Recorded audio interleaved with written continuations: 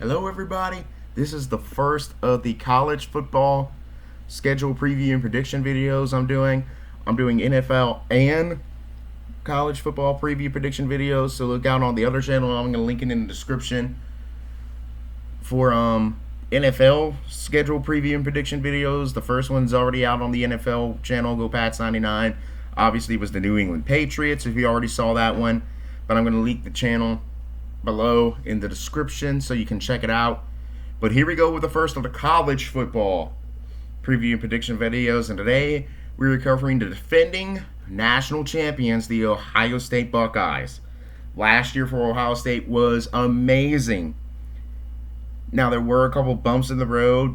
They took an unexpected loss to Michigan at one point.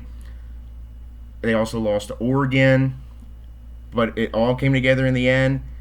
They ran the table in the playoffs, going from the first round, beating Michigan, second round beating Oregon, then they beat Texas in the semifinals, and then finally beat Notre Dame to win the national title game. Will Howard had a great year, two great running backs on the team. All came together for Ohio State, and they won the national title game. The first national title they won under Ryan Day, who's been a consistent appearance in the playoffs, finally gets himself a title. Now, this year there's going to be plenty of changes. Quarterback Will Howard is gone. He got drafted. The main wide receiver is gone. In fact, Ohio State actually had, I believe, 4 or 5 guys drafted to the NFL. From last year's team, just in the first round. That tells you the amount of talent they have. In fact, here they are right here. In terms of players drafted into the NFL, you had Emeka Ibuka, if I pronounced his name right. He's going to the Buccaneers. Donovan Jackson, offensive guard. He's going to the Minnesota Vikings. Tyleik Williams, defensive tackle. He's going to the Detroit Lions. Josh Simmons, offensive tackle. He's going to the Kansas City Chiefs. Both of Ohio State's running backs from last year, they're going to they got drafted into the NFL. Quinshon Judkins and TreVeyon Henderson. Quinshon Judkins goes to the Cleveland Browns, and the TreVeyon Henderson, he goes to the New England Patriots. Other notable players, I already said, Will Howard, he's leaving. He's going to the Pittsburgh Steelers. Seth McLaughlin, center, he goes to Cincinnati.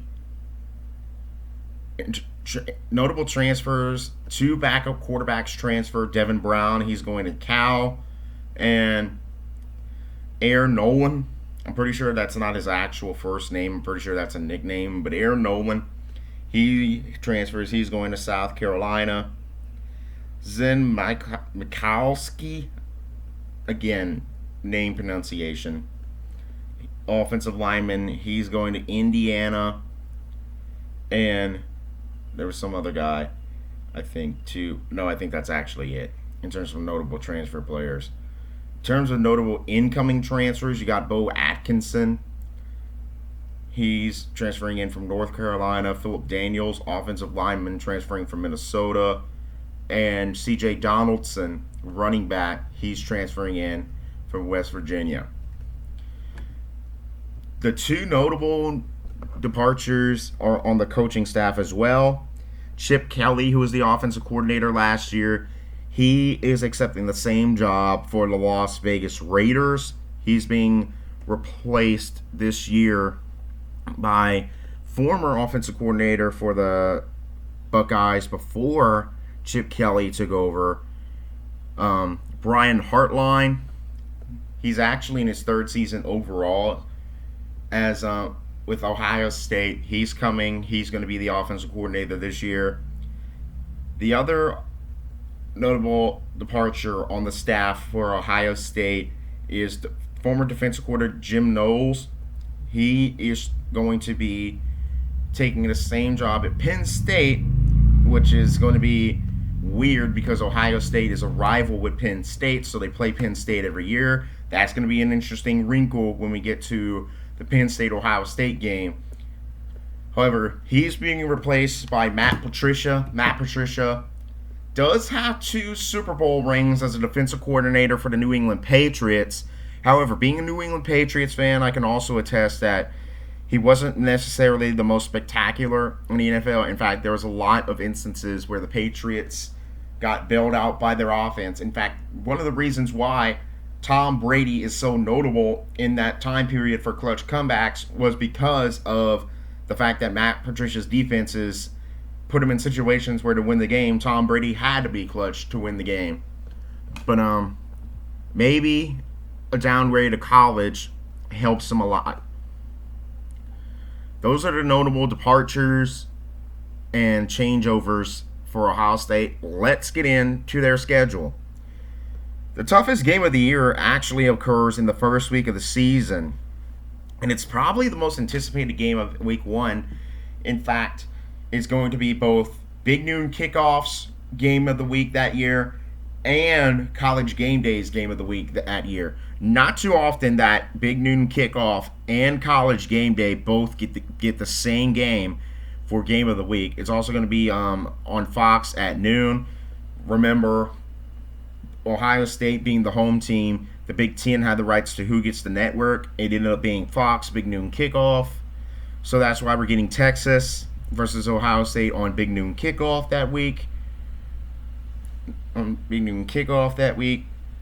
I want to say it's like the 3rd consecutive year where a notable game between an SEC team and either a Big 10 or Big 12 school was on Big Noon Kickoff. But it's going to be Texas at home.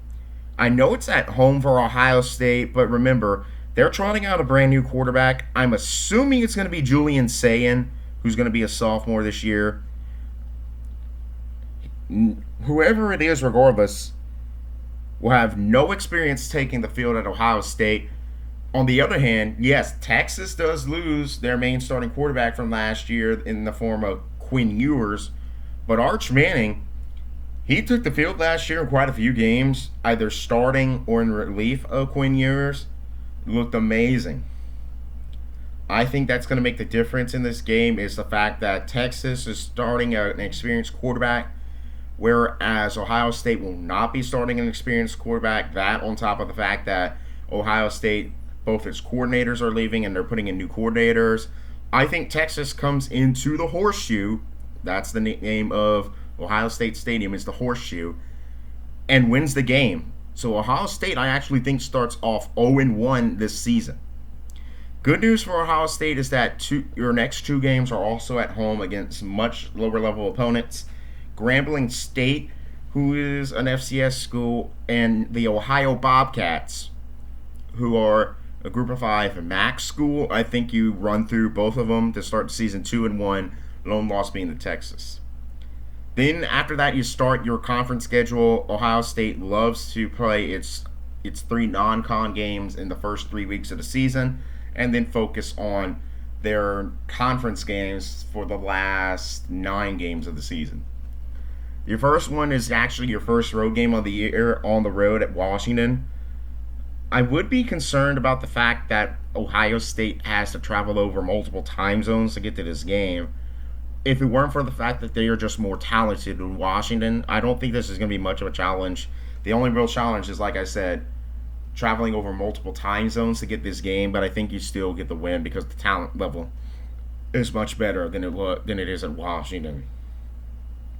Back home against Minnesota, I think you win this one easily.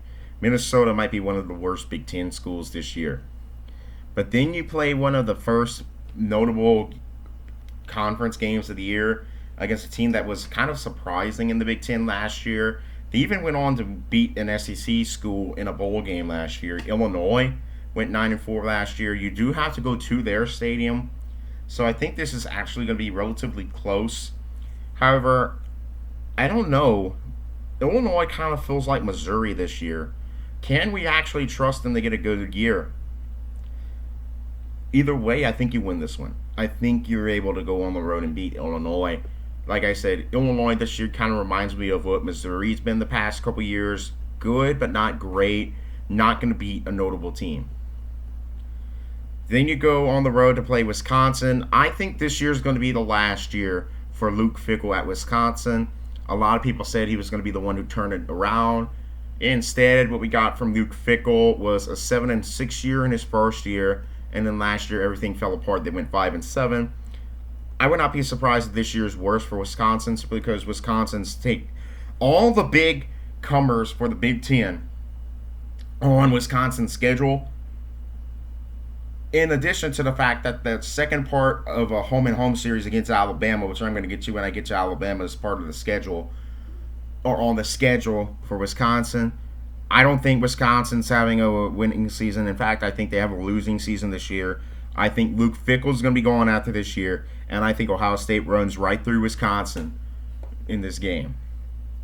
Then you get your bye week, and your game is okay. I think I skipped over something. Yes, Ohio State actually does have a bye week between Washington and Ohio, so that's another reason why I think Ohio State beats Wisconsin, is because they'll have a bye week before having to travel over to multiple time zones to get to Washington. Your second bye week is in between the Wisconsin game and the Penn State game. Penn State is going to be in Columbus this year. Last year, I predicted Penn State to finally climb that final rung and beat Ohio State. They did not. This year, Ohio State does lose their coordinator to Penn State, which may provide some sort of assistance to Penn State. But the fact that Ohio State has a bye week before playing Penn State, and the fact that it's in Columbus, I think Ohio State beats Penn State. Following that, you then play Purdue in Purdue, but also I think Purdue is probably going to be one of the worst Big Ten schools. They're one of those schools that has a good season occasionally. The rest of the seasons they flop. I think you beat Purdue. Then you come back and you play UCLA, and again, I think UCLA in for a multi-year rebuild. They were coming to the Big Ten thinking Chip Kelly was going to be there for them. He's not there for them. It's in a multi-year rebuild for UCLA.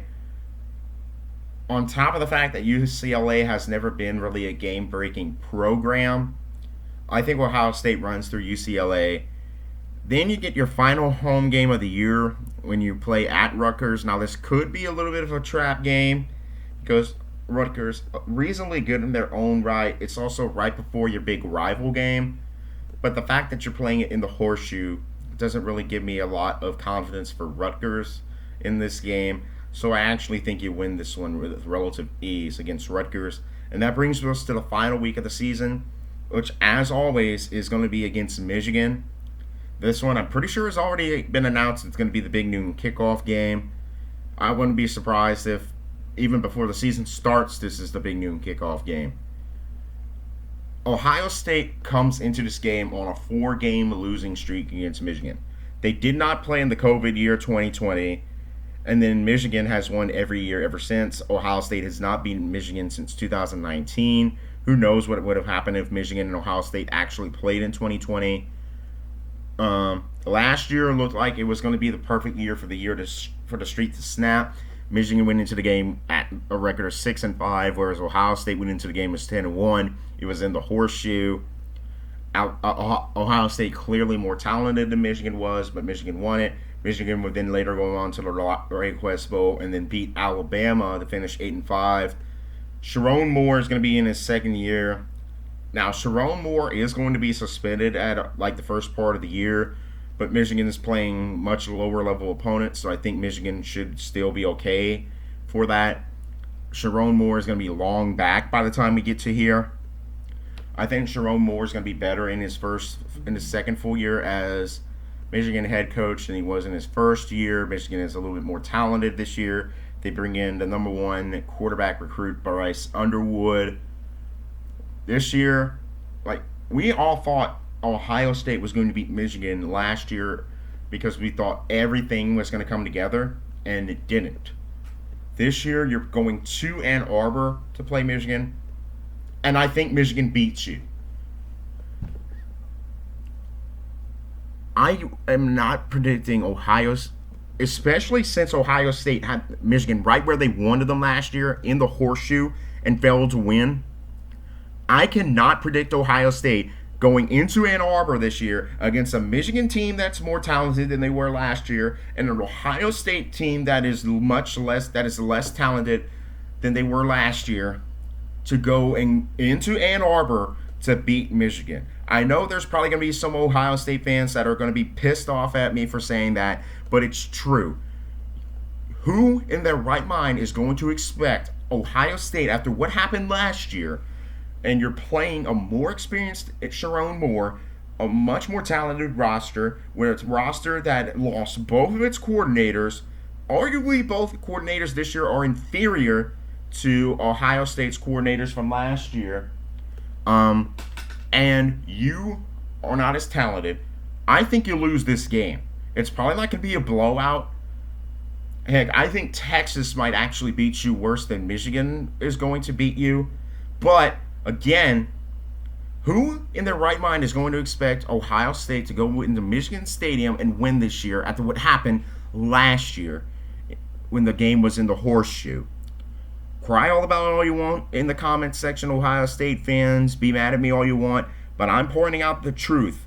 I've been so far in my career someone who's not afraid to tell the truth. Even ex-Alabama fans, I'm not afraid to tell the truth about Alabama. I'm definitely not going to be afraid to tell the truth about Ohio State. But anyway, enough about that rant. I think Ohio State probably goes 10-2. Their losses being in the first week of the season against Texas and in the last week of the season against Michigan.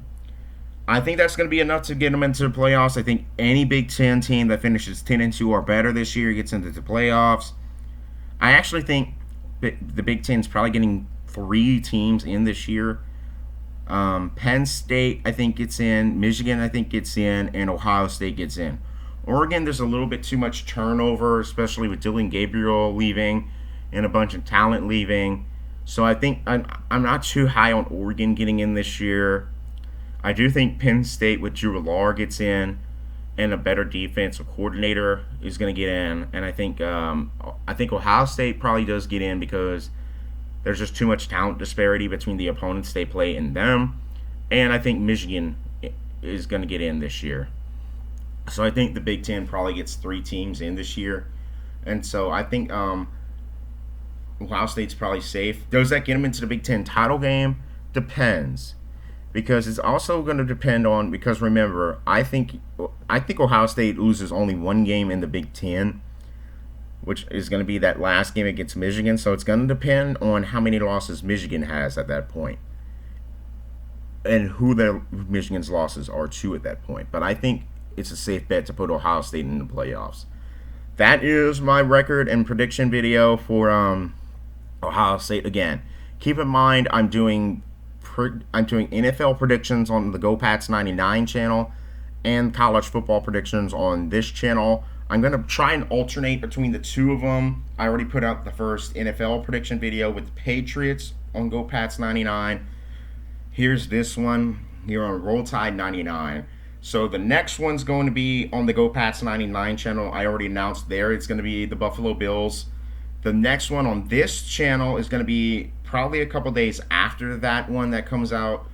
I'm trying to put it out tomorrow. If not, I'm going to put it out on Monday. The next one on this channel, I'm going to go ahead and do... I'm debating if I want to do the Texas Longhorns next or the Alabama Crimson Tide next. It's going to be one of those two. I debate because if you remember last year I had a guest for the Alabama video. I want to see if I can get that same guest to do the Alabama video this year.